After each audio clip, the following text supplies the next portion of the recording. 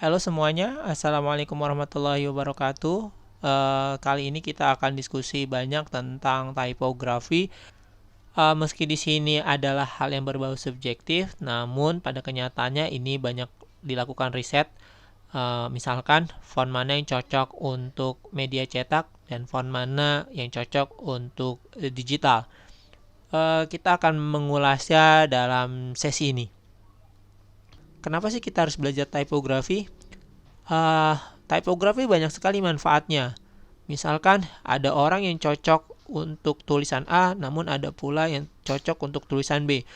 Contoh misalkan, jika kita memilih font ini untuk tulisan, katakanlah di koran atau di media cetak atau digital, maka yakinlah di sini kita tidak akan banyak baca. Mungkin kita hanya cukup bacanya 1 baris, 2 baris, dan mata kita sudah lelah. Namun, kalau kita memilih jenis yang ini, katakanlah untuk digital, ini kita berapa baris pun banyak baris kita bisa baca. Kita bisa baca dibandingkan ini. Jadi pemilihan font itu mempengaruhi kenikmatan untuk membaca. Oke. Typography itu berasal dari bahasa Yunani, walaupun sebelumnya itu sudah banyak digunakan oleh bangsa Viking, Roma, dan banyak lainnya.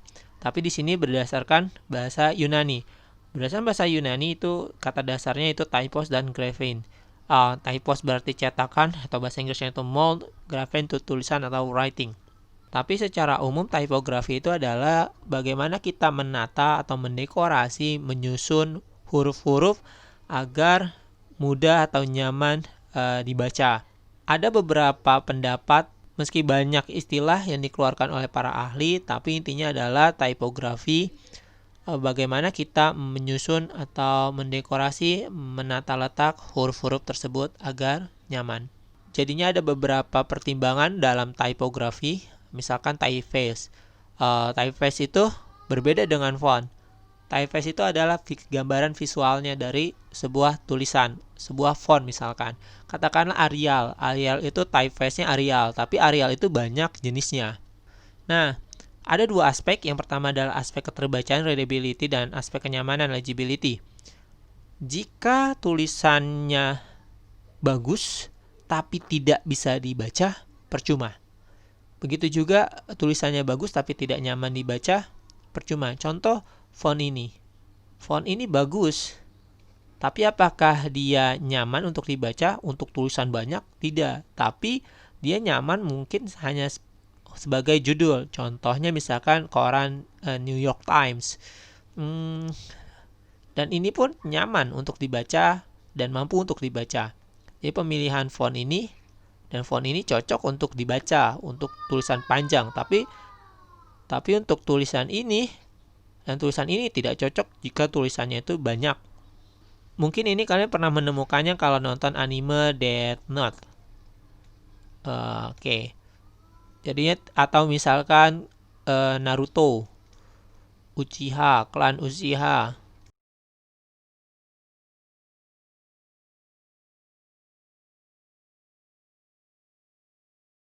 Selain typeface, kita juga harus mempertimbangkan ukuran atau size dari suatu huruf. Misalkan untuk cover, kita biasanya fontnya itu besar, ukurannya itu besar dibandingkan untuk narasi. Kemudian kita juga mempertimbangkan ketebalan huruf line. Biasanya untuk cover itu white-nya itu besar, atau kombinasi antara yang tebal dengan yang tipis itu bisa kita lakukan. Selain itu juga kita mempertimbangkan line spacing atau leading dan juga letter spacing. Walaupun kita juga banyak mempertimbangkan faktor lainnya seperti color, warna, kemudian rata kanan, rata kiri, dan semacamnya. Oke, tadi sempat dibahas tentang leading, tracking. Di sini leading itu adalah jarak antara satu tulisan atau kita sebutnya itu spasi. Nah, ini adalah leading. Oke, ini leading. Sedangkan tracking itu adalah jarak satu huruf dengan huruf lainnya itu tracking.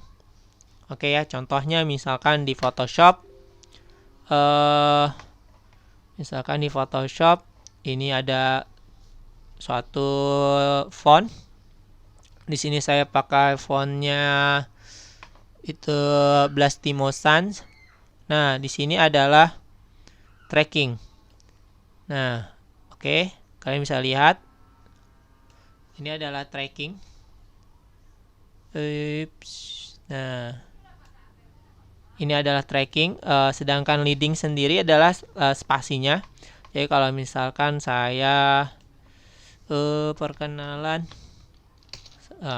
kedua, nah ini kan dempet, kita bisa kasih spasi tuh. Oke, kita naikkan ke atas, kemudian kita kemudian kita jarakkan spasinya. Misalkan ini kita mainkan saja. Jadi bisa. Ini adalah tracking dan leading. Selain leading dan tracking, kita juga mengenal istilah kerning. Kerning yaitu pengaturan spasi huruf pada huruf-huruf yang berdampingan. Sedangkan perenggangannya disebutnya kita tracking. Contoh kerning di Photoshop bagaimana? Kita buka Photoshopnya, kita balik ke sini. Nah ada bagian di sini karakter, klik saja karakter. Di sini ada bagian kerning di sini. Adalah set kerning between two karakter. Jadi dua huruf kita set. Nah, di sini pakai standarnya dia sudah ada. Jadi kalau misalnya kita coba optical. Nah, tapi sih di sini nggak terlalu ngefek. Biasanya kita hanya pakainya tracking dan leading saja. Itu. Oke ya, misal misalkan ini kita setnya nggak bisa di set ya memang. Tuh, jadi jarak antara dua karakter. Oke. Jadi kalau kita ini saja kita bisa mainkan sebenarnya dari kita bisa mainkan dari trackingnya. Ini jarang dipakai ini.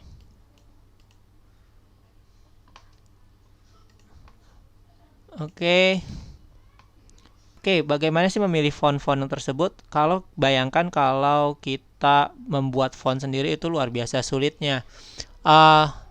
Zaman sekarang itu tinggal download saja, kalian tinggal pilih font mana yang sesuai dengan selera, tinggal diinstal.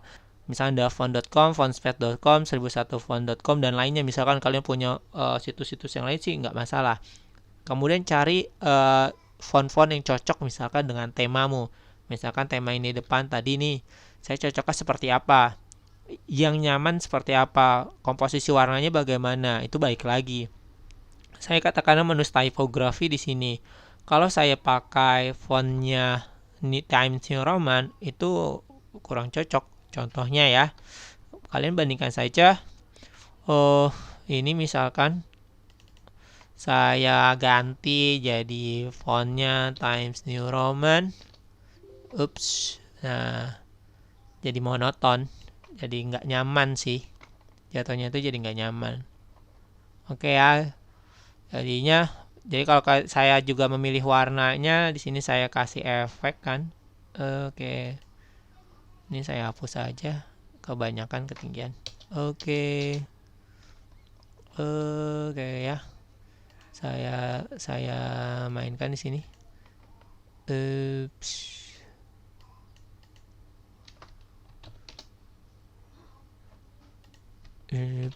Di sini ini pakai fontnya Times New Roman. Di sini juga saya kasih efek kan, kasih warna.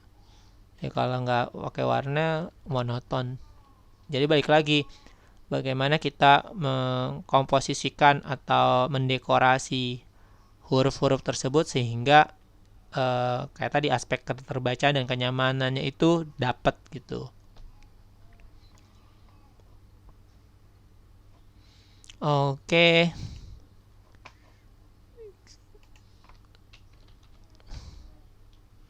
Kalian cukup install saja di sini contohnya ya, saya contohkan. Jadi misal saya copy ini, saya biasanya, oke, kita buka saja situsnya. Di sini kalian bisa pilih nih yang mana yang kalian inginkan. Misalkan untuk poster, udah ada, tinggal kalian pilih saja yang sesuai dengan selera kalian dan cocok pastinya dengan tema yang kalian usung. Misalkan saya di sini kerang. Oke, ini seperti ini. Sans serif dia tidak ada kakinya ya. Kalau kalian perhatikan tuh dia nggak ada kakinya. Di sini masih banyak lagi. Kalian bisa pilih yang kalian suka. Modern, coba. Nah, oke ya, cara install gampang. Misalkan kita pilih satu saja, misalkan Aerospace Line, kita download. Oke, di sini sudah terbuka, open file. Kemudian kita klik saja nih yang file-file ini, kita klik. Nah, ini nanti font keluarannya seperti ini. Di sini sampel saja dari ukuran font size 12 sampai 72. Kita install. Namanya di sini Aspace. Oke ya, sudah tidak ada lagi tombol installnya, maka ini sudah terinstall. Kita yang italic. Oke, sudah keinstall. Install.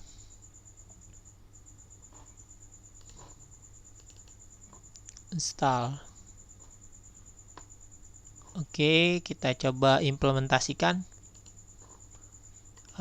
Di sini ya tadi ya yang perkenalan. Kita coba efeknya, kita hidupkan lagi. Oke ya, misalkan kita ganti namanya Aspace ya tadi ya. Kita coba Aspace tuh. Oke, saya kecilkan saja fontnya ya. Font size-nya dikecilkan biar terlihat. Oke, di sini space-nya tinggal pilih saja. Nah, jadi banyak pilihan ya. Jadi kalian tinggal pakai, install, tinggal pakai saja yang mana yang sesuai dengan kebutuhan kalian dan tema yang kalian usung. Mudah cara menginstalnya. Dan silakan coba dengan font-font yang lain. Oke, ini adalah pengelompokan teks berdasarkan punya kait dan tidak punya kait. Kalau kalian perhatikan, kelompok serif itu memiliki lekukan atau lengan di atas dan di bawah. Jadi kalau kalian perhatikan, yang kelompok serif dia ada kaki, ada kakinya, tapi kalau yang sans serif dia datar. Nah, misalkan contohnya ya yang tadi di font ya, kita coba cari.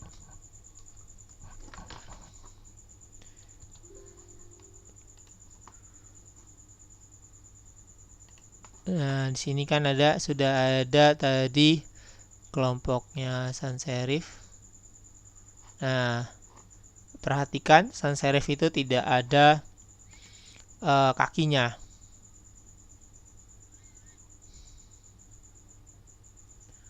Kita coba sama juga dot sama yang good times. Cara sama untuk menginstalnya.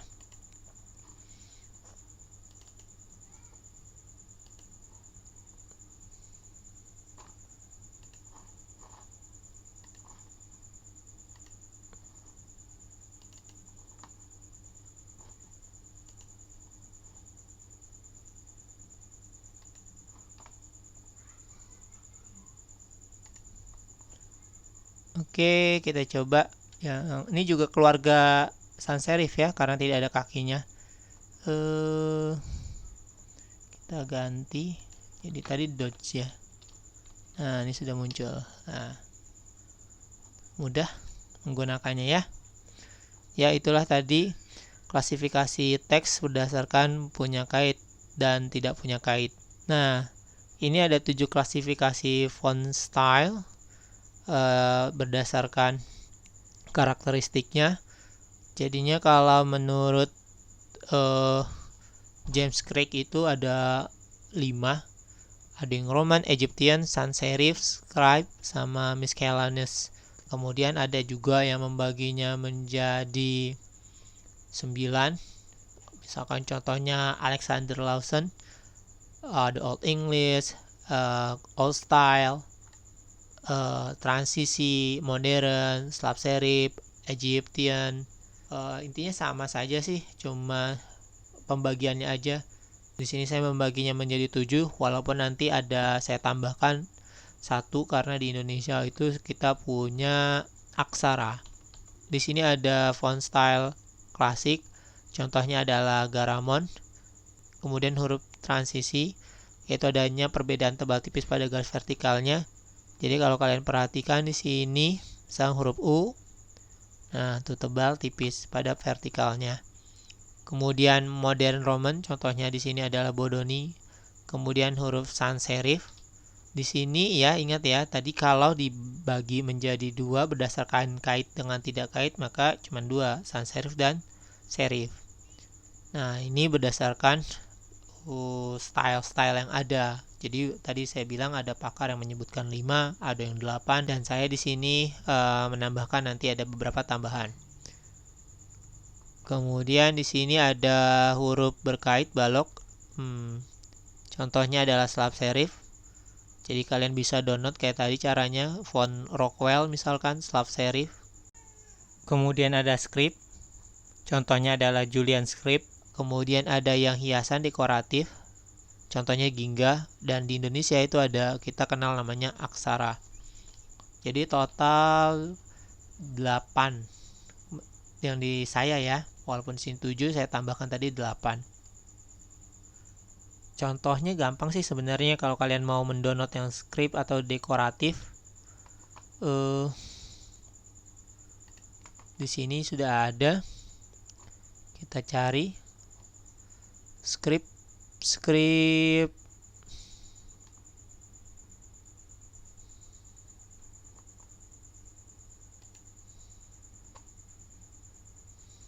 Nah, di sini ada script.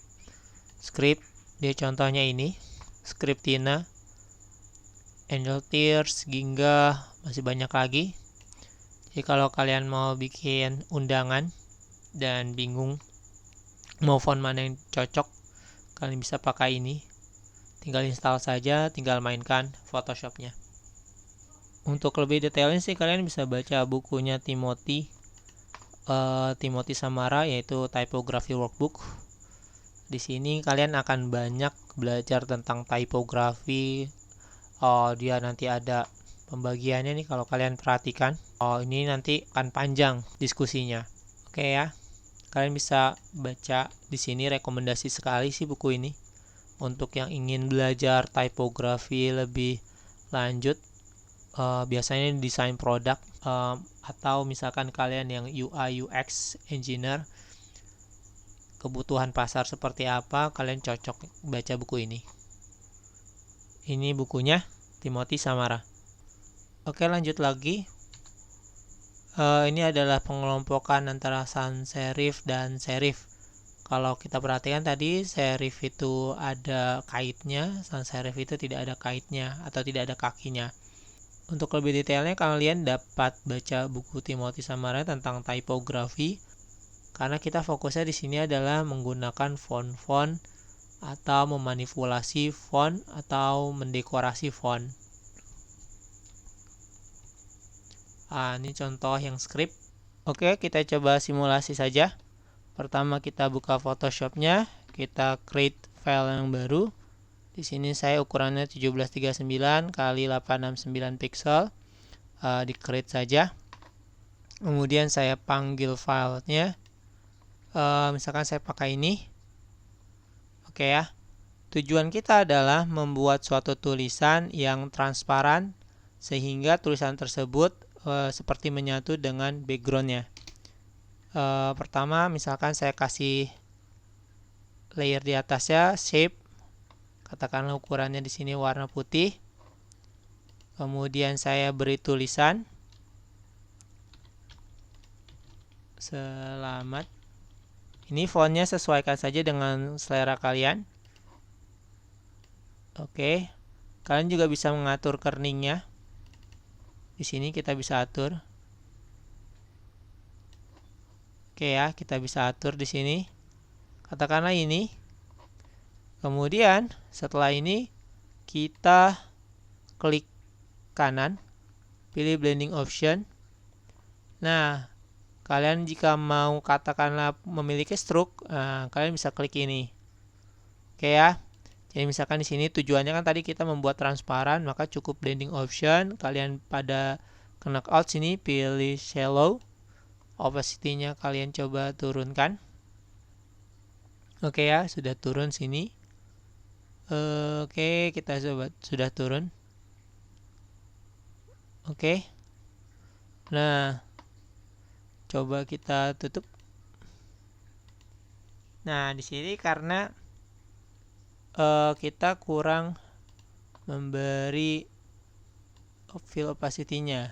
Nah, kalau kita nolkan seperti ini. Sekarang kita coba. Nah, sudah ada efeknya nih. Nah, ini masih terbaca gambar ini masih terbaca background putih, padahal kita maunya sebagai dasarnya gambar ini. Gambar background yang laut ini. Caranya kita merge saja dua layer ini. Klik kanan, merge layer. Nah, sudah selesai. Jadi tulisan selamat menyatu dengan background. Ini adalah cara pertama. Jadi saya bilang tadi banyak cara di dalam desain, yang penting tujuannya sama.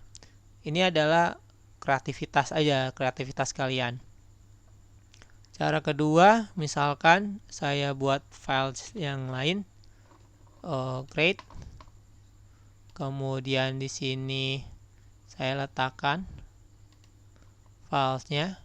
Jadi di sini kita pakai teknik masking.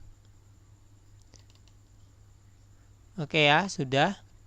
Kita buat shape lagi. Katakanlah ini. Nah, warnanya warna putih. Oke ya. Kemudian kita tulis teks lagi. Selamat